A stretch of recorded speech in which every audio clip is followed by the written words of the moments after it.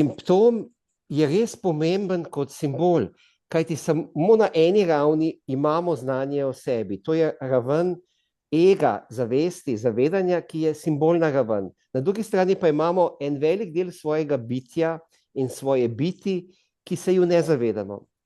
In simptom ima moč ravno, da nas informira o tej dinamiki celega bitja oziroma dinamiki celote, ki se ves čas pojavlja, ampak jo vidimo samo občasno. Torej, simptom kot najbolj pomemben most k prepoznanju celote, dinamike celote svojega bitja in kaj pravzaprav življenje, moje individualno življenje od mene hoče. Narava je zelo pomembna, kajti človek izhaja iz narave in kadar se vrnemo v naravo, takrat obnavljamo stik s celoto svoje biti.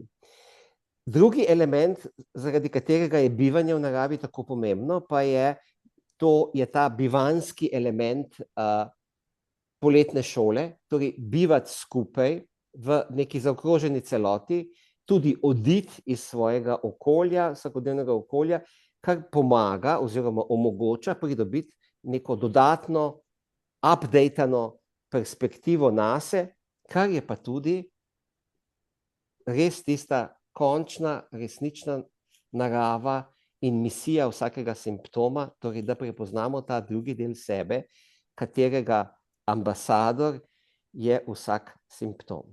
Program poletne šole se bo zjutraj začel s sanjsko matrico, v kateri bomo pripovedovali sanje. Ta stara tehnika, starodavna tehnika pripovedovanja sanj, ki jo je poznal že pračlovek, pomeni najti, okrepiti stik s svojim notranjim bitjem. Nato bomo v dopoldanski delavnici in potem še v večerni delavnici z daljšim opoldanskim premorom delali praktično na simptomih, ki jih imamo.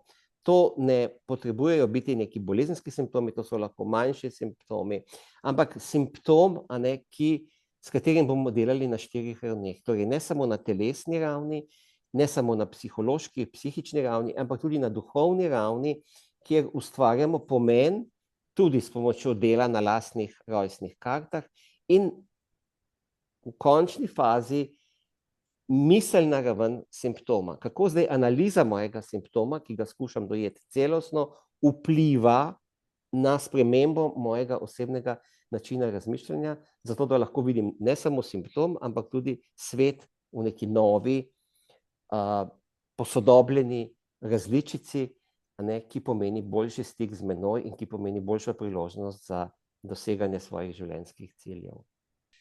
Zaradi narave dela z metodo IPAL, zaradi narave globinskega dela z metodo IPAL je velikost skupine omejena. To je zaradi diadnega dela, torej dela v paru, torej vsak udeleženec dela z menoj kot tutorjem v paru, seveda v dinamiki skupine, kar pomeni, da bomo naredili več krogov takšnega dela, glede na te 4 ravni simptoma.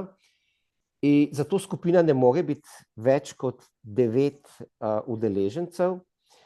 Stanovali bomo v čudovitem okolju Koče Cojzarica na Pohorju in tam prebivali, delali na sebi, naredili kakšen izlet v naravo, tam je tudi slab šumik.